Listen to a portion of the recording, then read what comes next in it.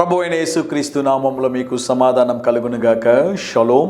నిన్నటి దినమున మీరందరూ కూడా సమయానికి దేవుని మందిరానికి వెళ్ళి ఆ దేవుని ఆరాధించి ఉంటారని దేవుని సేవకుడిగా నేను నమ్ముతూ ఉన్నాను. క్రిస్మస్ బాగా జరుపుకున్నారా?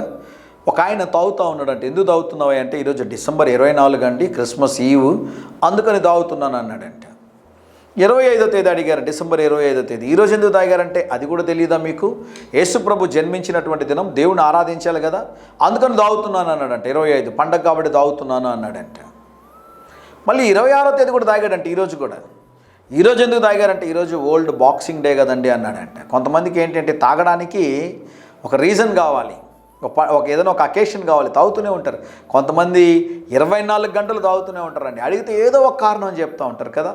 మీరందరూ కూడా దేవుని సన్నిధికి వెళ్ళి దేవుని స్తుతించి ఆరాధించి దేవుని మహిమపరిచి ఉంటారని దేవుని సేవకుడిగా నేను నమ్ముతూ ఉన్నాను. లూకాసు సువార్త 2వ అధ్యాయం 14వ వచనము.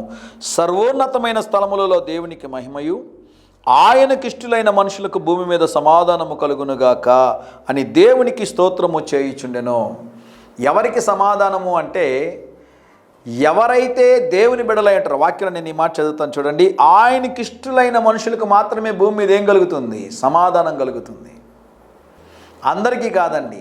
ఎవరైతే యేసు ప్రభు శిలువ రక్తం చేత కడగబడి ఉంటారో, యేసు ప్రభు బిడ్డలుగా ఎవరైతే పిలువబడుతూ ఉంటారో, వారికి భూమి మీద ఏం కలుగుతుందంట? సమాధానం కలుగుతుంది.